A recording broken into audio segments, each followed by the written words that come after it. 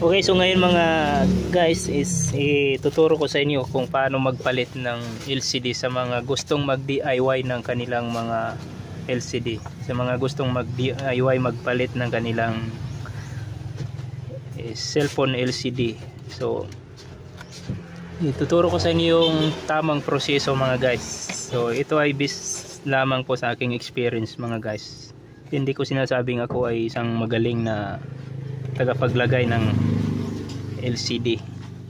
So unang part na gagawin natin mga guys, kapag mayroon na tayong bagong LCD na ipalit natin doon sa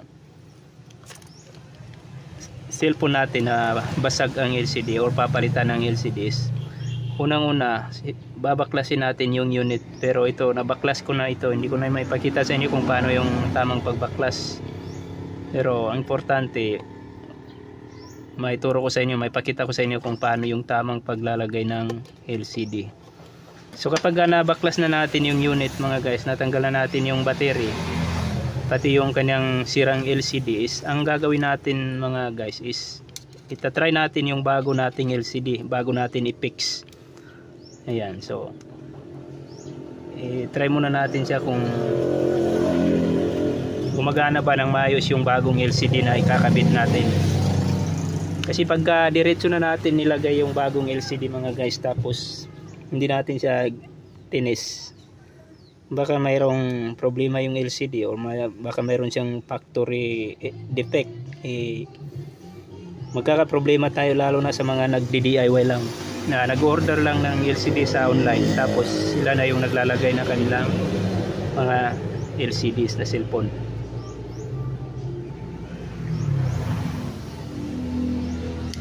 So ito yung unang gagawin natin mga guys, ay itatry natin yung bagong LCD natin. So sa pagtry ng bagong LCD mga guys is ipapakita ko sa inyo or ituturo ko sa inyo kung paano yung mga basic na paraan, paano i-test yung bagong LCD kung gumagana ba siya ng maayos. At saka ituturo ko rin sa inyo kung ano yung mga posibleng issue ng mga bagong LCD. Kaya kailangan nating i-check ng maigi yung ating bagong LCD. So ngayon hintayin muna nating makapag-boot up mga guys. So naglo-loading pa siya mga guys. So itong unit na ito mga guys is Vivo Y11. Pag-aari ito ng isa nating customer mga guys. So medyo naglalag na rin ito kasi parang marami na siyang laman. So ngayon nakapag-boot up na yung ating unit mga guys, is kailangan nating i-test ng maayos yung ating bagong LCD. So unang part na i-test natin mga guys is yung kanyang apps. So ganito yung pag-test ng touchscreen mga guys. So bago natin i-fix yung LCD, kailangan muna nating i-test ng pagganito. So ilolong press lang natin yung bawat apps or kahit isang apps lang, tapos i-soroy natin yung apps sa buong LCD. Kasi pagka nagbitaw yan yung apps na yan mga guys, is ibig sabihin kung saan siya bumitaw, doon yung may problemang part ng LCD. So ngayon is okay naman ito. So pangalawang pag-test natin mga guys, dapat i-sleep mode natin yung cellphone. Then hintayin natin ilang segundo, tapos i-on natin ulit. Ayan. Kasi yung ibang LCD mga guys, ang ibang issue niya, pag sleep mode ng cellphone mo, halimbawa na-off mo yung kanyang ilaw, pag pindot mo ng switch niya, hindi na mag-ilaw, pero naka-on pa rin si steady yung cellphone, pero hindi na mag-ilaw ulit yung LCD. Kailangan mo pang i-restart yung cellphone mo para mag-ilaw. Once na pindot mo yung switch niya or na-sleep mode siya, hindi na naman siya mag-ilaw. So kailangan mo na naman i-restart ulit. So yun ay isang issue ng LCD mga idol. So, kaya nga natin tinitest dito kung mag-ilaw ba siya. Ayan. So yun yung mga basic na paraan kung paano i-test yung LCD mga guys. So sunod naman natin gawin mga guys is lilinisan naman natin yung pinaka frame ng ating cellphone. Tapos itatabi natin yung bago nating LCD para siguradong hindi natin madisgrasya. So ang sunod mga guys is lilinisin natin yung pinaka frame ng ating cellphone dito. palibot mga guys, para hindi siya magkaroon ng ano ba yung tawag doon, para hindi siya makalsuhan yung tawag doon, para hindi umangat yung LCD, para maging fit siya sa ating frame. So ito mga guys, natapos ko nang linisin yung gilid ng frame, nilibot ko na siyang linisin. So after nun mga guys is lalagyan na natin siya ng pandikit.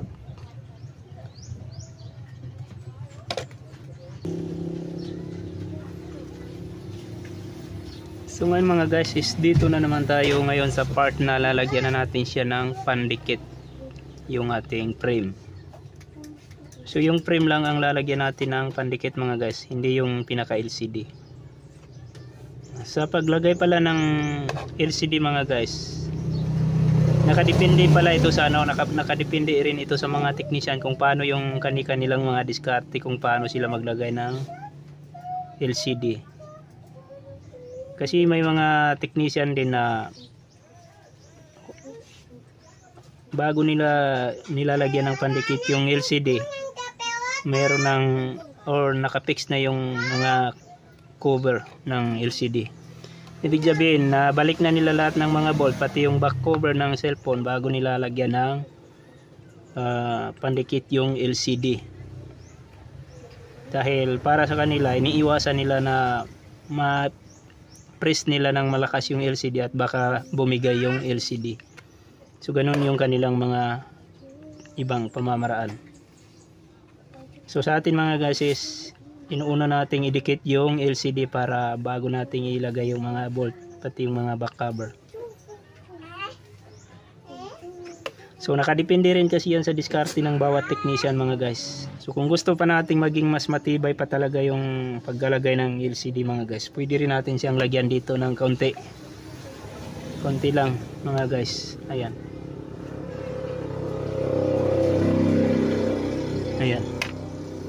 para maging mas matibay pa talaga yung paglalagay ng LCD, pagkakapit ng LCD. So ngayon pwede rin natin itong ilagay na diretso yung LCD, pwede rin patuyuin na muna natin mga 3 to 5 minutes bago natin ilagay yung pandikit, ay yung LCD pala. So ito yung LCD natin. So tatanggalin muna natin yung kanyang sticker mga guys. Ayan. Pati itong silupin dito mga guys, huwag ninyong kalimutang tanggalin. Ito.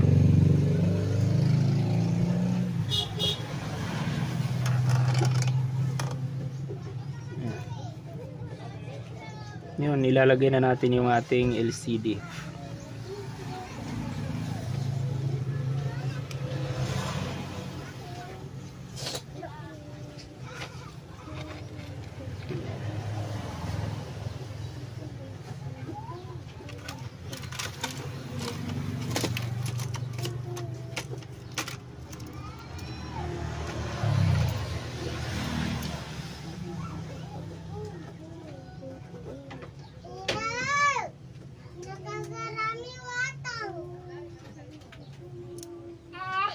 Ayan, so pwede nyo yung lagyan ng scotch tape mga guys para hindi siya umangat yung LCD.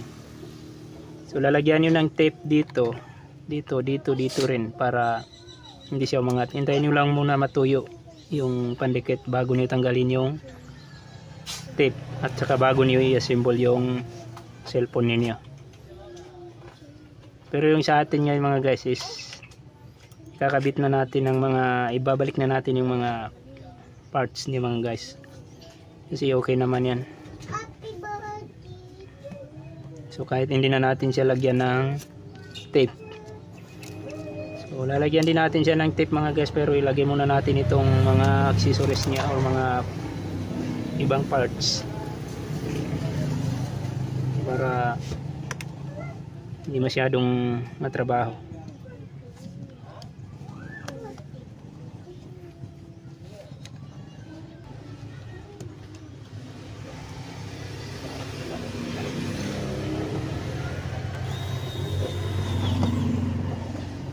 Sa mga gustong bumili nitong tools pala mga guys, itong screwdriver na gamit ko is ilalagay ko yung link niya sa description ng video para mabili ninyo. Mura lang ito siya mga guys. Tapos sobrang tagal pa niyang malubat.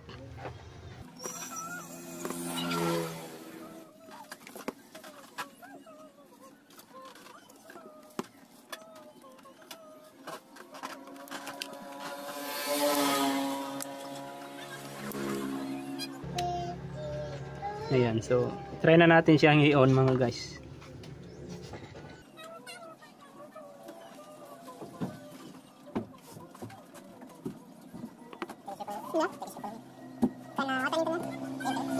So hanggang dito na lang mga guys. Maraming salamat sa panonood at sana mayroon kayong natutunan sa video natin ngayon. Sa mga gustong bumili pala ng mga LCD ng cellphone, ilalagay ko yung link sa description para diretso na kayo doon sa store nila. Maraming salamat.